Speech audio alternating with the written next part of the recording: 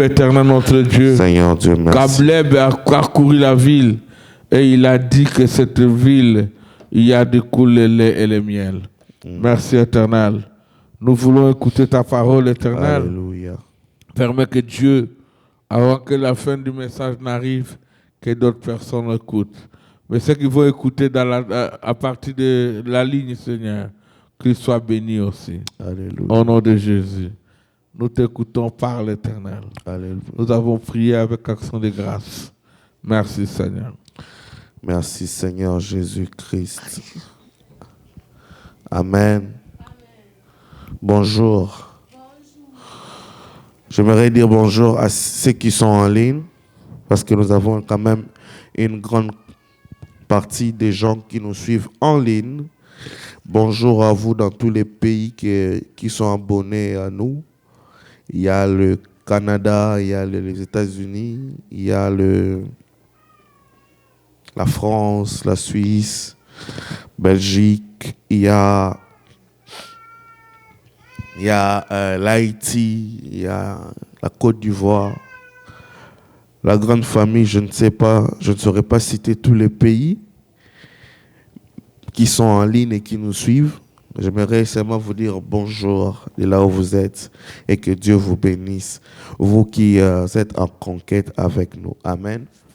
Et pour aujourd'hui, le 4e jour de ces activités, nous sommes toujours en train de parler de notre grand thème, la terre promise et ses réalités. Alors nous allons rapidement prendre 2 portions de l'Écriture. Première portion, c'est dans le livre de Genèse, Genèse 12, 1 à 9. Et après, nous allons prendre Genèse 37, 5 à 11. Je prends la première lecture, Genèse 12, 1 à 9. L'Éternel dit à Abraham, va-t'en de ton pays, de ta patrie, de ta maison, de la maison de ton père, dans le pays que je te montrerai. Je ferai de toi une grande nation et je te bénirai. Je rendrai ton nom grand et tu seras une source de bénédiction. Je bénirai ceux qui te béniront et je maudirai ceux qui te maudiront. J'aimerais d'abord, déjà à partir d'ici, dire quelque chose à une personne. L'Éternel te dit qu'il bénira ceux qui te béniront et il maudira ceux qui te maudiront. J'aimerais bénir une personne ce matin en lui disant, Dieu t'a dit que tu es béni. Et aucune personne sur la terre ne peut te maudire. La malédiction de celui qui est en train de te maudire date récent. 1900, je ne sais pas moi combien c'est récent. Cette parole a été écrite d'éternité depuis longtemps et Dieu a déclaré qu'il t'est béni, que tu es béni. Tu es béni en tes activités. Tu es béni en tout ce que tu es en train de faire. Tout ce que tu es en train de planter donnera des fruits. Les projets de ton cœur aboutiront. Tu es béni au nom de Jésus. Et ceux qui te maudissent seront maudits. Je condamne toute langue qui s'élève pour parler du mal contre toi en cette saison, en cette demi-d'année 2023. Nous voulons maudire ceux qui te maudissent. Là où les gens se sont rassemblés, sous les plantes, sous les arbres, incitant ton nom dans le mal, nous voulons les maudire au nom de Jésus. Car ils déclarent des paroles et nous aussi nous déclarons des paroles. Et ces paroles contre paroles est meilleure. La parole que nous sortons ce matin, c'est la parole de l'Éternel qui te bénit et personne ne peut te maudire. La Bible dit la bénédiction de l'Éternel est celle qui enrichit et ne se fait suivre d'aucun chagrin. Vu que ta bénédiction vient de l'Éternel, le chagrin ne sera pas ton partage. Le chagrin ne sera pas ton partage. Le deuil ne sera pas ton partage. La mort ne sera pas ton partage. La perte ne sera pas ton partage. Tout ce que tu feras en cette saison va réussir. Tes projets réussiront. Ce que tu fais ira de gloire en gloire. Tes semences multiplieront. Tes bétails multiplieront. tes projets, tes comptes en banque vont se multiplier. Parce que Dieu dit, je bénis ceux qui te bénissent et je maudis ceux qui te maudissent. J'aimerais dire à toute personne qui te regardera dans cette saison que tu es en train d'entrer, que la meilleure des choses à faire, c'est de te bénir. Parce que celui qui te bénit obtiendra aussi la part de ta bénédiction. Mais celui qui te maudit, malheur à lui, parce que celui qui te protège n'admettra pas ta malédiction, mais changera leur malédiction en bénédiction et prendra leur malédiction. Il va les retourner en telle sorte que ce soit un retour à l'expéditeur. Soyez bénis au nom de Jésus-Christ. Et toutes les familles de la terre seront bénies en toi. Abraham partit comme l'Éternel le lui avait dit, et Lot partit avec lui. Abraham était âgé de 75 ans lorsqu'il sortait de Charan. Abraham prit Saraï, sa femme, et Lot, fils de son frère, avec tous les biens qu'ils possédaient et les serviteurs qu'ils avaient acquis à Charan. Il partit pour aller dans le pays de Canaan et il arrivait dans le pays de Canaan. Abraham parcourut le pays jusqu'au lieu de Sichem, jusqu'au champ de Morée. Le Cananéen était alors dans le pays. Je reprends cette partie. Les Cananéens étaient alors dans le pays. L'Éternel apparut à Abraham et dit, je donnerai ces pays à ta postérité.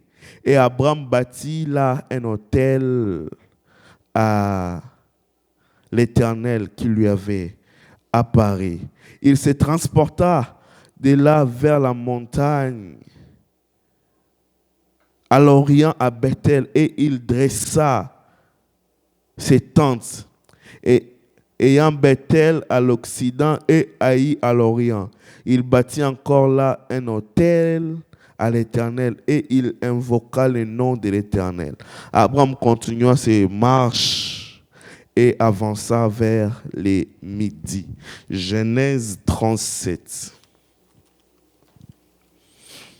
Genèse 37, 5 à 11. Je lis au nom du Seigneur.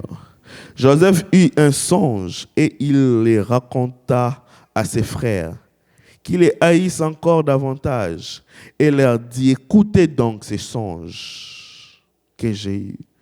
Nous étions alliés des gerbes au milieu des champs.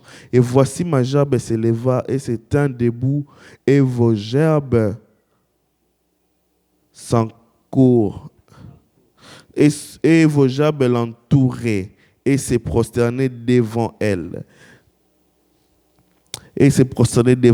Ses frères lui dirent, est-ce que tu régneras sur nous? Est-ce que tu nous gouverneras? Et ils les haïssent encore davantage à cause de ces songes et à cause de ces paroles. Il y a encore un autre songe, et il les raconta à ses frères, et il dit, j'ai eu encore un songe, et voici le soleil, la lune et 11 étoiles se prosternaient devant moi. Et il les raconta à son père et à ses frères. Son père les réprimanda et lui dit, que signifient ces songes que tu as eus? Faut-il que nous viennons, moi, ta mère et tes frères, nous prosterner à terre devant toi? Ses frères eurent de l'envie contre lui, mais son père garda ses souvenirs. Son père garda les souvenirs de ces choses. Amen. La terre promise et ses réalités. Nous devons savoir que quand Dieu nous sommes, dans ces termes, il y a déjà beaucoup de bons orateurs. Le docteur nous a parlé en termes de dictionnaire par rapport à ces thèmes. Et les prophètes aussi, Jonadab a eu à parler par rapport à ces thèmes. Mais moi, je peux apporter encore une petite partie de ma compréhension et dire à partager ce que l'Esprit de Dieu nous a mis à cœur. la terre promise et ses réalités. Nous devons savoir que la terre promise, c'est une terre que tu ne possèdes pas encore. C'est une terre que c'est un exaucement à tes prières. C'est quelque chose que Dieu s'engage à venir te donner et il te l'a promis. Mais dans cette terre, il y a beaucoup de réalités. C'est pourquoi j'ai mis un S pour montrer qu'il y a beaucoup de réalités dans cette terre promise. Vous allez voir avec moi dans le premier texte que nous avons lu de Genèse 11, Dieu dit à Abraham, quitte ta maison, ta patrie, quitte là où tu as grandi, tes amis d'enfance, mais va dans le pays où moi je te dirigerai. Et arrivé là-bas, Dieu est en train de montrer à Abraham comment est-ce que le pays est vaste et combien est-ce qu'il va occuper ces pays. Mais quelque chose touche mon attention, c'est quand il est en train de dire dans la Bible, dans Genèse, que le pays n'était pas vide. Il y avait des occupants dans ces pays. Abraham devrait prendre possession dans un pays qui avait déjà des gens qui n'allaient pas lui donner ce qu'il voulait avoir. Alléluia. La terre promise est une terre qui est déjà occupée, mais que nous allons maintenant le posséder. La terre promise est une réalité que nous voyons peut-être loin, mais nous allons posséder. La terre promise, elle est semblable à ces songes que tu as chaque nuit. Ces songes que quand tu l'as, tu te sens bien en ayant ces songes. La terre promise, c'est un projet que quand tu veux le réaliser, quand tu ouvres tes carnets, tes blocs-notes, tu te dis que ça, je veux le faire. Cette terre promise, ce sont tes projets, ce que tu comptes faire, ce que tu comptes faire de mieux dans ta vie. C'est quand tu dors et que tu te réveilles et tu as de l'énergie à sortir pour faire ce qui est bon. C'est ça la terre promise. La terre promise, c'est quand tu rêves et tu es en train de voir que tu es en train de faire un grand magasin plus que le supermarché que nous avons ici. Et quand tu vois le supermarché, tu n'as pas encore de supermarché. Mais quand tu entres dans un supermarché, tu sais déjà dire que quand j'aurai le mien, ça va quitter, ça va s'arranger. C'est ça la terre promise. C'est le projet de tes attentes. C'est que Dieu a déposé dans ton cœur et tu le fais avec passion. Tu le fais, tu l'attends avec hardiesse. C'est quand tu es en train de voir que quelqu'un est en train de saboter ce que tu aimes, ça t'énerve. Quand tu es frustré à chaque instant que tu vois qu'une chose est mal faite, sache-le bien que cette chose, tu es appelé à le faire, mais à le faire mieux. Vous allez voir, il y a des madames qui ne savent pas préparer, mais quand il est à côté d'une personne qui sait préparer, directement il lui va la dire, non, mets un peu du sel. Ah non, mets pas trop de ceci, mets pas trop de cela. C'est parce qu'elle veut la rendre meilleure pour qu'il arrive à faire cette terre promise. La terre promise et ses réalités. Alléluia. La terre promise, c'est la chose que tu n'as pas encore, mais tu sais que tu l'as déjà. Tu ne l'as pas encore reçue, mais tu sais que tu l'as déjà. Parce que tu mets de l'énergie pour le posséder. Tu mets de l'énergie pour l'avoir, pour le conquérir. Ça, c'est la terre promise. Mais dans la démarche pour aller vers la terre promise, nous avons des réalités. Et il y en a plusieurs. Et les docteurs et les prophètes nous ont parlé de quelques réalités pour obtenir une terre promise. Mais moi, ce matin, par la grâce de Dieu, je ne sais pas si je vais finir. Et si je ne finis pas, nous allons continuer prochainement. Je vais vous présenter 3 grandes réalités pour obtenir ou pour fouler la terre promise. Alléluia. 3 grandes réalités pour obtenir ou fouler la terre promise. Premièrement, dans ces grands thèmes de la terre promise et ses réalités, une des réalités qui est vraiment capitale à tenir, c'est que Premièrement, c'est lui, il existe 3 facteurs pour atteindre cette terre promise. Premièrement, il y a celui qui promet. 2, il y a celui à qui on a promis. Et 3, il y a la promesse. Alléluia. Il y a 3 facteurs. En parlant de la terre promise, nous devons savoir qu'il y a Dieu qui fait la promesse, qu'il y a un homme qui doit recevoir cette promesse, et il y a la promesse qui existe et qui vient à nous. Alléluia. Dans le cas où nous sommes en train de lire, il y a Dieu, il y a Abraham et il y a Isaac. Il y a Dieu, il y a Abraham et il y a Isaac. Et quand nous avons pris le texte de Genèse 37, nous allons voir qu'il y a Dieu, il y a Joseph et il y a le trône. Nous devons savoir, que celui qui a promis, c'est Dieu. Alléluia. La promesse que nous avons reçue, elle vient de Dieu, elle ne vient pas des hommes. Alléluia.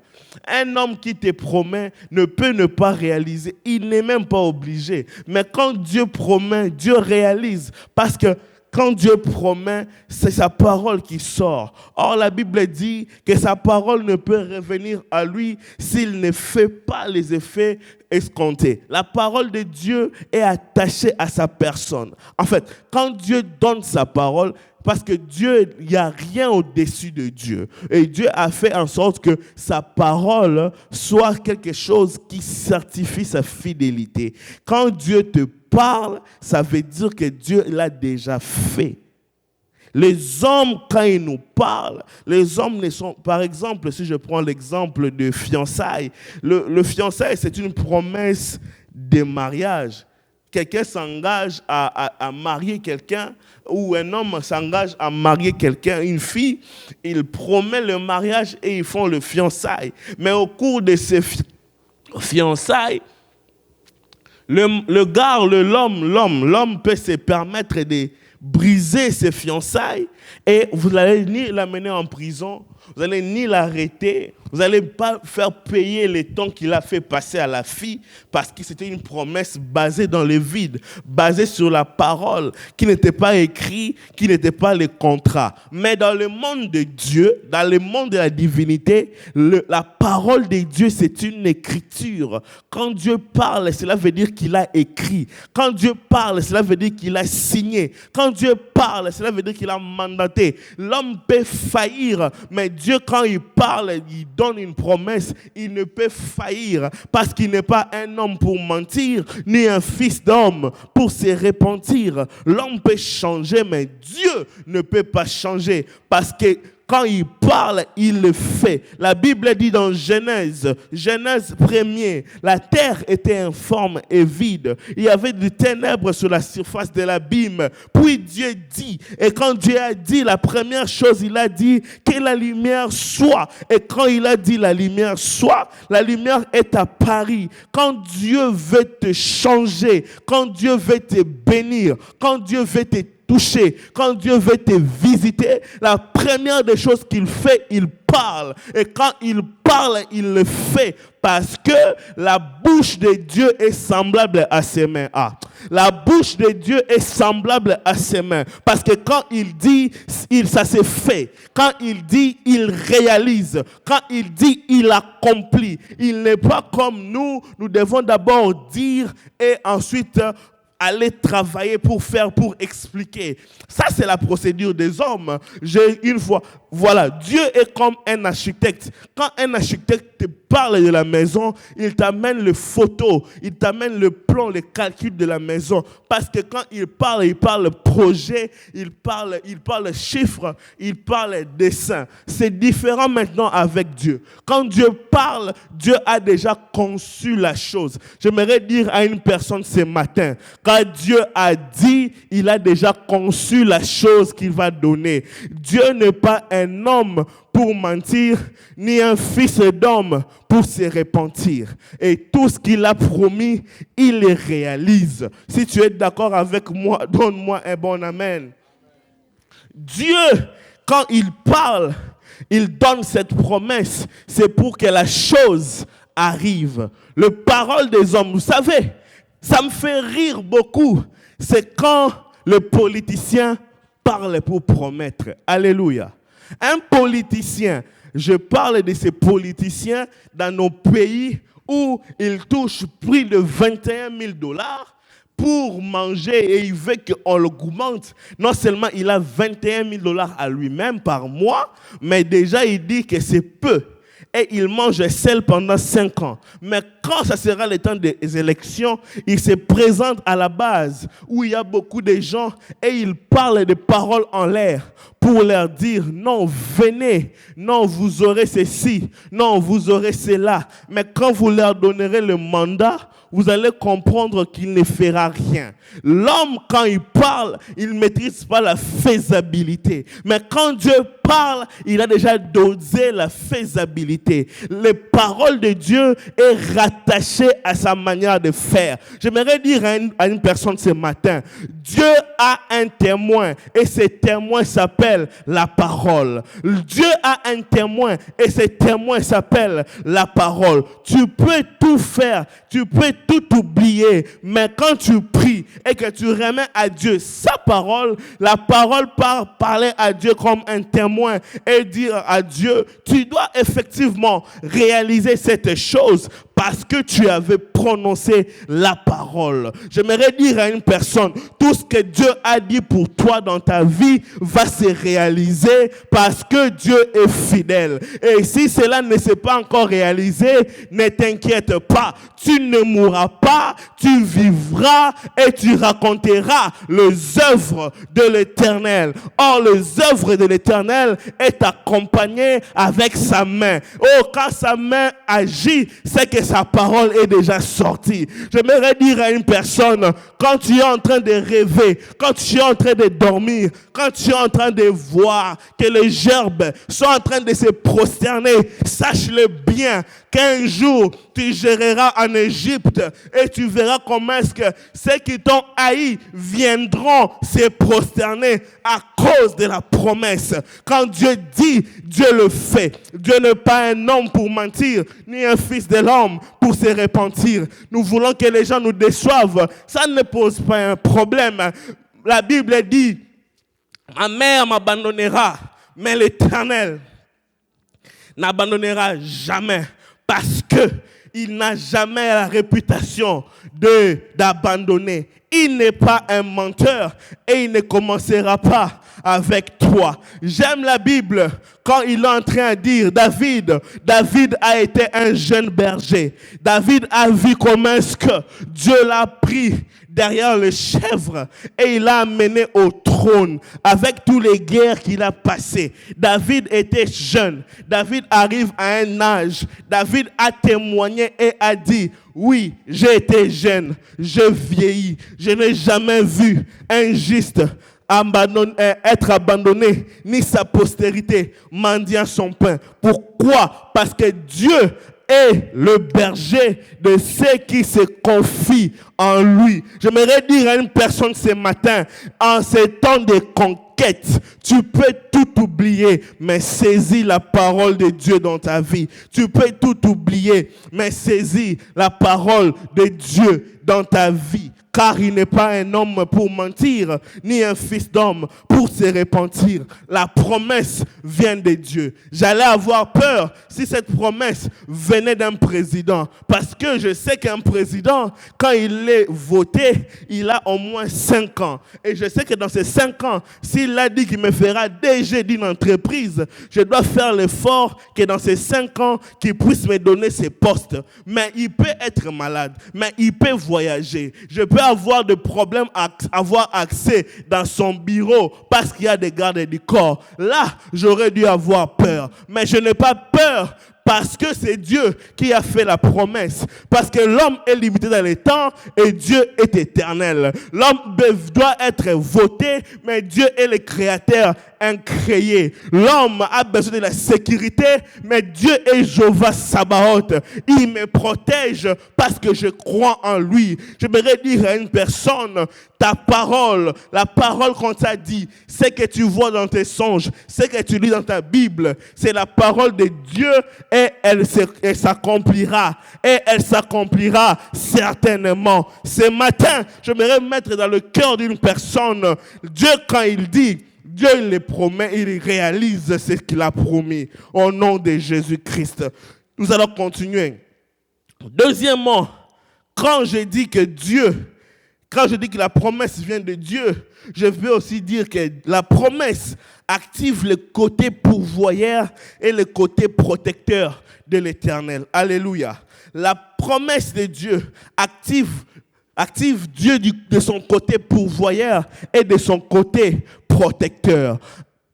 Abraham est en train de monter avec son fils, le fils de la promesse, le fils qu'il a eu dans sa vieillesse, et il devait le donner à l'Éternel. C'est qu'Abraham ne savait pas, Dieu ne pourrait pas tuer Isaac, parce que la postérité d'Abraham devrait continuer par Isaac.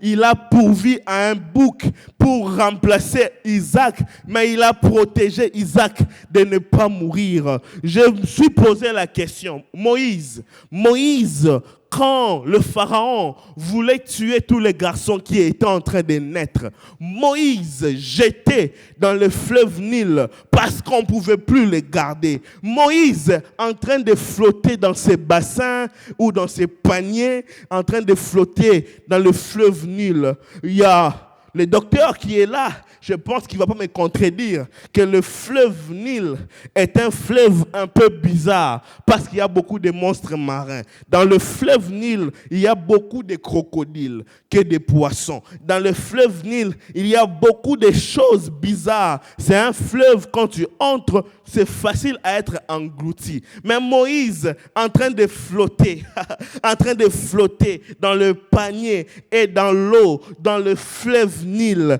Mais je ne sais pas qu'est-ce qui se passe. Pourquoi est-ce que les crocodiles n'arrivent pas à monter et à manger Moïse? Parce que la chair humaine est la chair que le crocodile aime manger. Pourquoi est-ce que les crocodiles n'arrivent pas à manger Moïse? Parce que Moïse était la promesse que Dieu a dit à Abraham, que tes enfants iront à captivité. Après 400 ans, je le ferai sortir de la captivité pour leur donner la terre promise. Or, Moïse était le plan libérateur de Dieu qu'il avait promis à Abraham pour que les enfants d'Israël puissent sortir. Dieu a pourvu. Non seulement après 400 ans, il a envoyé Moïse pour libérer Israël. Dieu a protégé parce que dans le fleuve Nil, ces jours-là, quand les crocodiles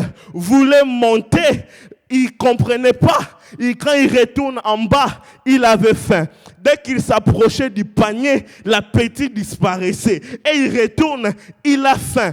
Quand il voit un autre poisson, il peut manger. Quand il voit un autre bébé, il peut manger. Mais quand il veut remonter pour atteindre ce bébé qui est en train de pleurer dans ses paniers, les crocodiles, quand il arrive tout près du panier, il n'a plus faim. Ces jours-là, tous les crocodiles qui voulaient manger Moïse étaient entrés à jeûne.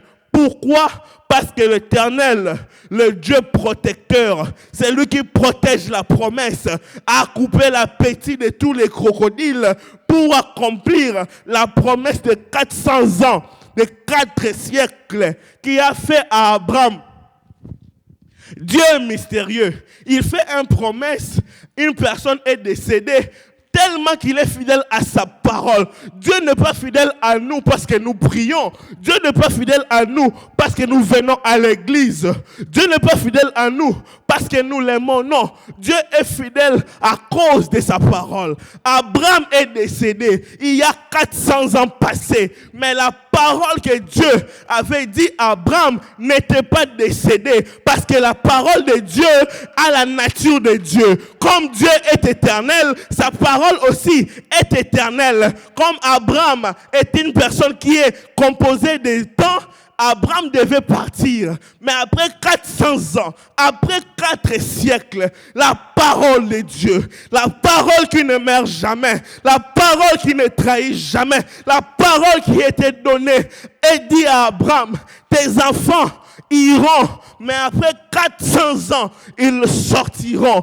Quand Dieu dit, Dieu commence à orchestrer le plan pour faire activer sa promesse. Déjà ce jour-là, Dieu avait déjà commencé à prévoir le plan de la création de Moïse parce qu'il avait dit à Abraham qu'après 400 ans, tes enfants sortiront. Et après 400 ans, cet enfant en train de flotter dans le fleuve Nil, Moïse est en train de dire, oh, tu m'avais envoyé ici. Maintenant, regarde, les crocodiles vont chercher à me manger. Déjà, quand je suis né, le pharaon voulait me tuer. Il a tué tous les bébés avec qui nous sommes nés. Maintenant, regarde, on m'a jeté ici dans le Nil et les crocodiles s'avancent pour me tuer. Je suis en train de voir Dieu en train de rire et de dire à Michael, ce petit ne sait pas que je suis le Dieu, l'Éternel Sabaoth. C'est lui qui protège la promesse. Je pourvois à la promesse, mais aussi je protège la promesse. Ces jours-là, à Moïse, quand il était bébé, dans son inconscience, n'a pas compris que la fille de celui qui voulait le tuer est venue pour l'adopter. J'aimerais dire à une personne, celui qui veut te tuer, Dieu donnera l'envie à celui qui veut te tuer qu'une personne de sa maison vienne te protéger. Pourquoi? Parce qu'il est l'Éternel qui protège ce qu'il a dit. J'aimerais dire à une personne, cette parole, c'était une parole d'homme, elle pouvait être brûlée. Cette parole, c'était une parole, ma parole, elle pouvait être brûlée. Mais cette parole n'est pas la parole d'un homme. Cette parole est la parole de Dieu. Et Dieu, quand il promet, il y a 2 activités qui se déclenchent, qui s'activent. La première activité, Dieu pourvoit. Deuxième activité, Dieu protège. Et vous allez voir comment est-ce que Moïse, j'aime ça. Ces jours-là, quand la fille de Pharaon est rentrée avec le garçon à la maison, son père Pharaon lui pose la question de savoir, ma fille, où est-ce que tu as eu cet enfant? La fille lui dit, je l'ai ramassé dans le fleuve. Et le papa lui pose la question, c'est l'enfant de qui? Il a dit, quand j'ai vu les draps, quand j'ai vu le panier, j'ai compris que c'est l'enfant d'un Hébreu. Et le père pose la question à la fille, mais moi, je voulais tuer tous les enfants des Hébreux. Mais la fille dit à son père, j'aime ce garçon, il a été jeté, il est innocent, il deviendra mon enfant. Et de cette manière, Moïse est entré dans le palais de Pharaon. Moïse a mangé l'argent de Pharaon, l'argent de la personne qui voulait le tuer. Quand Dieu veut te protéger, veut garder la promesse, il fera même que tes ennemis puissent te nourrir. Il fera même que tes ennemis puissent faire ta promotion. Il fera afin que tes ennemis puissent payer ton minerval. Moïse a étudié avec l'enfant, avec l'argent de la personne qui voulait le tuer. Moïse a étudié dans les écoles prestigieuses de l'Égypte parce que Dieu a protégé sa promesse. J'aimerais dire à quelqu'un ce matin, la promesse de Dieu s'accomplira. J'aimerais dire à quelqu'un ce matin, la promesse de Dieu s'accomplira. J'aimerais dire à une personne ce matin, la promesse de Dieu s'accomplira. Je ne sais pas c'est quoi la promesse. Je ne sais pas ce qu'on t'a dit. Je ne sais pas quelles sont tes attentes. Mais je peux te dire une chose. Dieu est le pourvoyeur, Dieu est le protecteur. À cause de ça, sa parole s'accomplira parce qu'il ne manque jamais d'accomplir sa promesse. Dieu, quand il promet, il donne la vision. il donne la provision, il donne la protection. Ça me rappelle encore, oh my God, je sens qu'il y a beaucoup de révélations qui tombent dans ma tête. Ça me rappelle encore ces jours-là. Jésus et les apôtres, quand Jésus a fini de prêcher, il a multiplié le pain. Jésus a dit, passons de l'autre côté. Ha. J'aime cette partie. Passons de l'autre côté. Et ils sont entrés dans la barque. Quand il a dit passons de l'autre côté, la barque dans la navigation de l'eau, la barque a commencé à bouger. Pourquoi? Parce qu'il y avait le vent qui commençait à soulever et à jeter à terre, à jeter dans l'eau la barque. Mais Christ a dit, passons de l'autre côté. Et Christ est allé dormir. Et les apôtres ont commencé à jeter de l'eau. Mais bizarrement, quand l'eau est entrée dans la maison ou je ne sais pas moi, dans la barque, normalement quand ça entre trop, tu dois te réveiller parce que tu te sens mouillé. Mais ces jours-là, je ne sais pas. Est-ce que ces jours-là, quand l'eau entrait dans la barque, elle voyait Jésus, elle esquivait Jésus, je ne sais pas. Mais ce que je sais, Christ dormait. Et comme Christ dormait, les apôtres l'ont réveillé. Christ, réveille-toi. Ne t'inquiètes-tu pas que nous périssons. Oh, Christ s'est réveillé et il a menacé de l'eau et ça s'est calmé. Je me pose la question, qu'est-ce qui s'est passé au juste ces jours-là? Qu'est-ce qui s'est passé ces jours-là? Est-ce que vous voulez la réponse? Est-ce que vous voulez la réponse de ce qui s'est passé ces jours-là? Ces jours-là, quand Christ a dit aux apôtres, il les a dit, allons de l'autre côté. Ce n'était pas seulement les oreilles des apôtres qui ont entendu, allons de l'autre côté. Et la mer, et le vent, et la barque, tout le monde a entendu, allons de l'autre côté. Cela veut dire que Christ ne pouvait pas mourir parce qu'il devait passer de l'autre côté. Même si le vent s'élevait, même si le vent prenait le bateau et le vent faisait battre le bateau dans la mer, la chose à retenir ici, c'était passons de l'autre côté. La mer s'est agitée, la barque commençait à bouger, mais la chose à retenir ici, c'était passons de l'autre côté. Les apôtres l'ont réveillé. Ils l'ont dit, ne t'inquiètes-tu pas que nous périssons. Je suis sûr, Christ voulait leur dire, quand je dis allons, c'est que j'ai pourvu pour les transports et j'ai protégé les trajectoires. J'aimerais dire à une personne ce matin, même si dans ta maison, ça bouge, même si dans tes économies, ça bouge, même si là où tu es en train de travailler, ça bouge. J'aimerais dire à une personne ce matin, Christ te protège et Christ te pourvoit. J'ai une bonne nouvelle ce matin, Christ te sécurise et Christ te pourvoit. J'ai une bonne nouvelle ce matin. Christ te sécurise et Christ va pouvoir. Tu es en sécurité malgré l'insécurité de la mer. Tu es en sécurité malgré l'insécurité de la mer. Même si la mer devient folle, elle commence à remplir la barque. Tu es en sécurité parce que Christ, quand il dit, il protège sa promesse pour l'accomplir. Avance malgré que c'est difficile. Avance malgré que c'est difficile. Avance malgré que c'est compliqué. Avance. J'aimerais dire à une personne ce matin, malgré que c'est compliqué, avance. Malgré que l'eau est en train d'entrer dans la barque, avance. Malgré que les factures sont en train d'arriver dans ta maison, avance. Malgré que les choses ne sont pas toujours ce que tu es en train de penser, avance. Parce que Christ a dit, allons de l'autre côté, tu ne chavireras pas dans la mer, tu arriveras de l'autre côté. Hier, le docteur a dit dans le livre d'Ésaïe 43, même si tu marches dans l'eau, tu ne seras pas noyé. Et même si tu marches dans le feu, tu ne te brûleras pas. Ça ne veut pas dire que tu ne seras pas mouillé. Ça ne veut pas dire que tu n'auras pas chaud. Mais ça veut dire que tu ne mourras pas. J'aimerais dire à une personne, tu ne mourras pas. tant que la promesse n'est pas encore accomplie, tu ne mourras pas. Tant que tu n'as pas encore touché l'objet de tes prières, tu ne mourras pas. Parce que Dieu, quand il promet, il pourvoit et il protège. J'aimerais dire à une personne ce matin, saisis ça dans ton cœur, que quand Dieu promet, il pourvoit et il protège.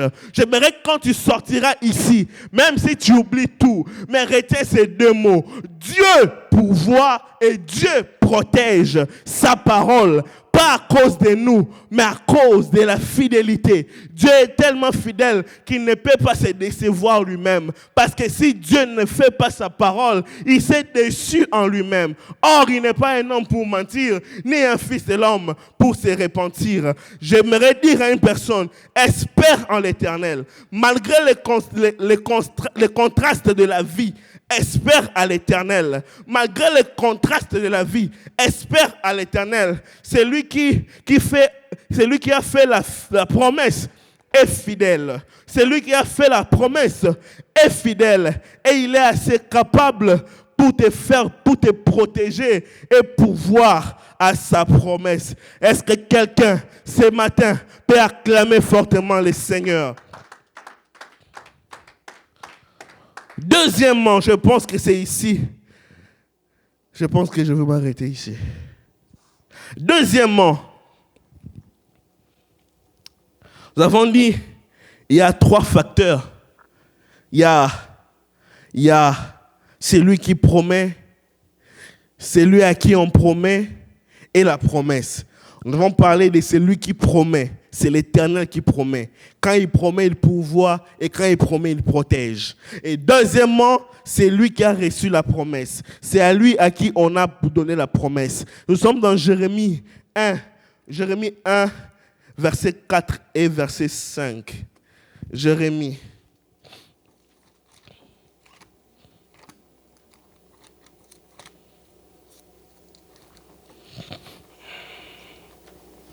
Jérémie 1.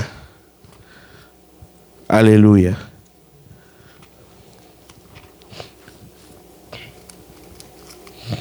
Jérémie 1.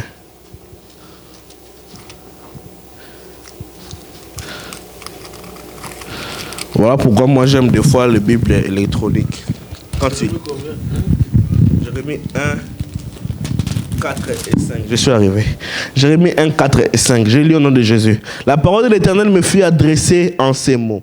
Avant que je t'eusse formé dans le ventre de ta mère, je te connaissais. Et avant que tu fus sorti de son sein, je t'avais consacré et je t'avais établi prophète des nations. J'aimerais dire à une personne ce matin, tu n'es pas un fruit de Lazare. Dieu, quand on t'a concevé, quand il t'a envoyé sur la terre, il avait déjà un agenda pour toi. Tu n'es pas un fruit de Lazare. Tu n'es pas un fruit de Lazare. Tu sais, si tu es encore vivant sur la terre, donc la promesse n'est pas encore arrivée. Si tu es vivant sur la terre, la promesse n'est pas encore arrivée. Quand tu vis, la mission n'est pas encore finie. J'aimerais dire à une personne qui se sent rejetée, qui se sent abandonnée, qui se sent délaissée, que tu as de valeur aux yeux de Dieu. Tu as de valeur aux yeux de Dieu. Même si le monde te rejette, Dieu ne te rejette pas. Oh, est-ce que quelqu'un peut me prêter l'argent en feuille? Je vais donner un exemple rapidement. Merci Saint-Esprit. Merci beaucoup. Vous voyez ça? Ça c'est un billet de combien? $20. Ça c'est un billet de $20. Non, donnez-moi ça. Ça c'est plus... Ça sera encore plus fort. Ça, c'est un billet de combien? $100 américains. Pour ceux qui ne sont jamais allés au Congo, nous, on mange ça au Congo. Ça se mange aussi aux États-Unis, partout dans le monde. Les seules monnaies, quand tu prends l'avion, ça reste au Congo, même si tu l'as dans la poche, c'est les francs congolais. Les autres, quand tu pars avec, tu l'utilises partout. Bon, je ferme la parenthèse. Ça, c'est un billet de $100. Ça, c'est un billet de $20, n'est-ce pas? Si je plie ces billets,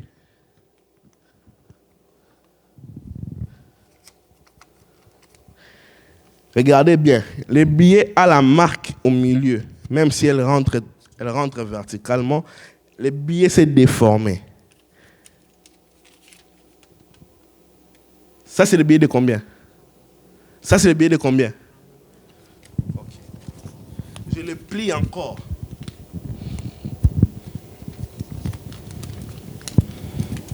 Je vais déformer les billets. Je le plie encore.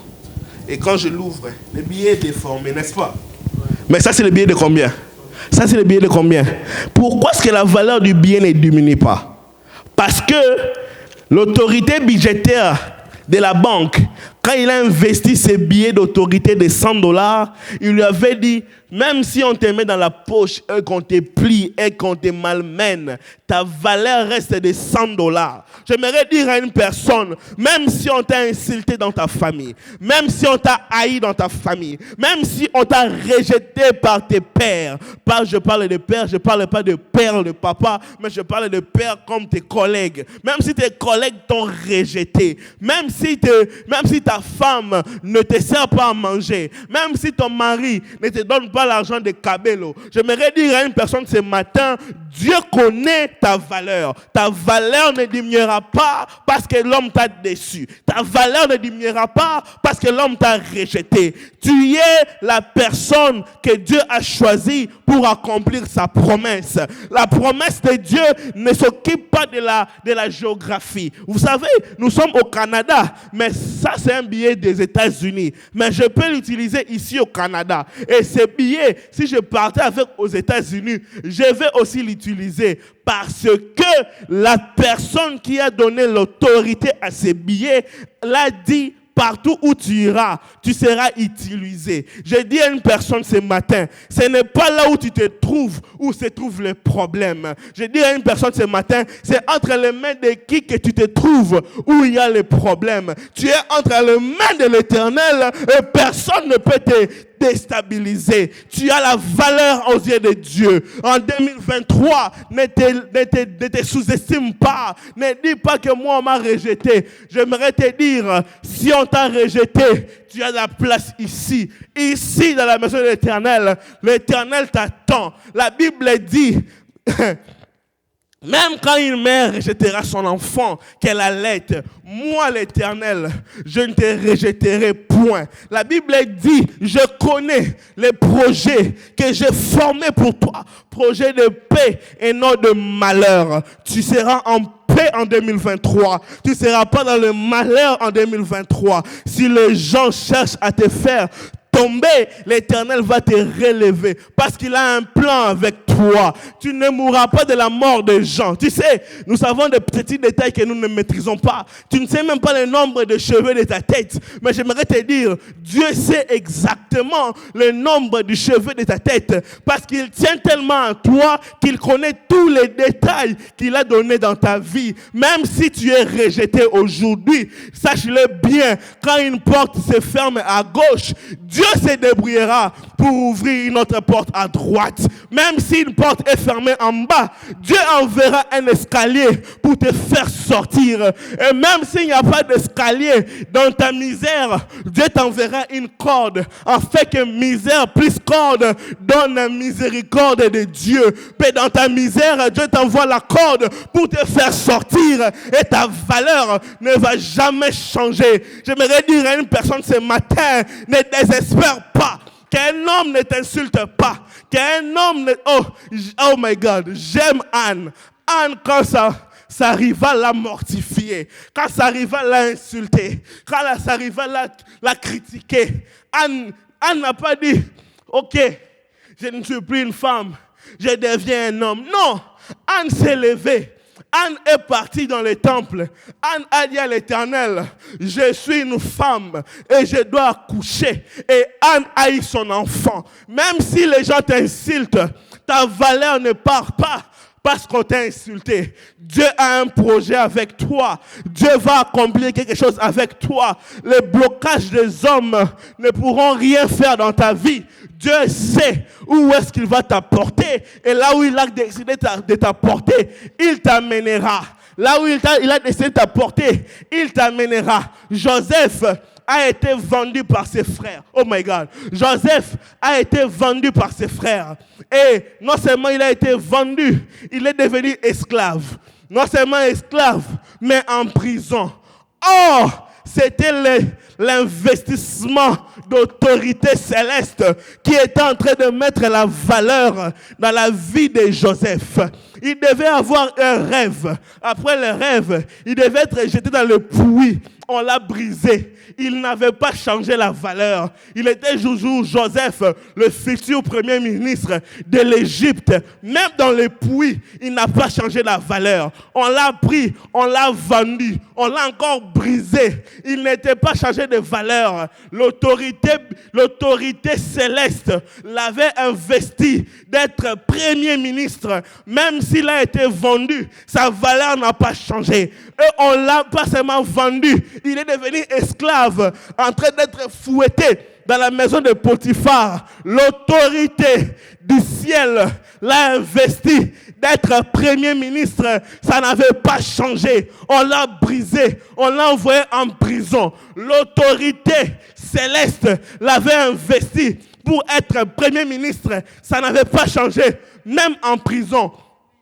C'est pourquoi ces jours-là, quand l'heure est arrivée et que Pharaon devait interpréter son songe et que ses magiciens n'avaient plus d'interprétation, un serviteur s'est souvenu et a dit: à la prison, nous avons laissé un billet de $100 et nous allons aller le récupérer. Ces billets-là va résoudre le problème. Le serviteur a dit: à la prison, il y a un homme qui s'appelle Joseph qui a interprété nos rêves. Et quand il a interprété nos rêves, nous avons vu ce qu'il avait dit s'accomplir. Et Pharaon dit: appelez-moi Joseph. Joseph a vu comment est-ce qu'il a été brisé de la prison vers le palais royal, du palais royal vers la primature.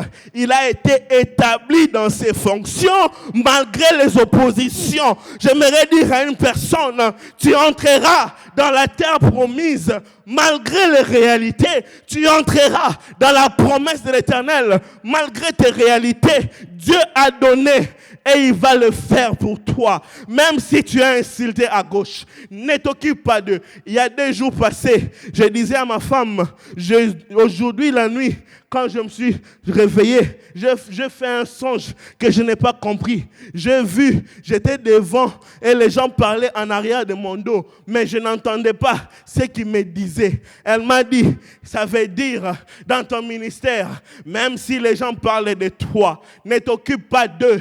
Même si les gens te brisent, tu as la valeur de l'autorité budgétaire. Même si les gens te brisent, tu as la valeur de l'autorité budgétaire. La feuille de $100, même si elle est froissée, elle est jetée, elle est piétinée, elle reste toujours $100 à cause de l'autorité qu'il a été investie. Dans ta vie, Dieu a un projet pour toi. Projet de paix, projet de victoire, projet de gloire. Il t'amènera de gloire en gloire, de succès en succès, de progrès en progrès. J'aimerais dire à une personne ce matin: ne te baisse pas les mains, ne te fatigue pas.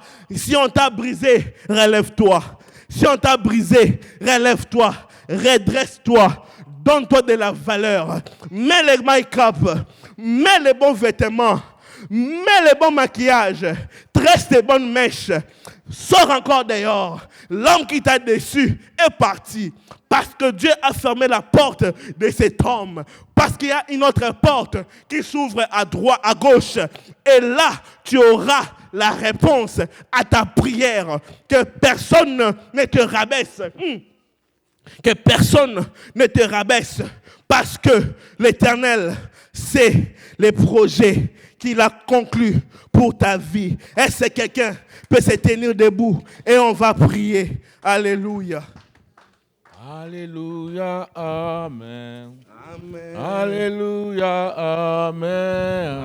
Amen. Alléluia, Amen. Amen. Alléluia. Oh, Alléluia, Amen. Alléluia, Amen. Oh, Alléluia.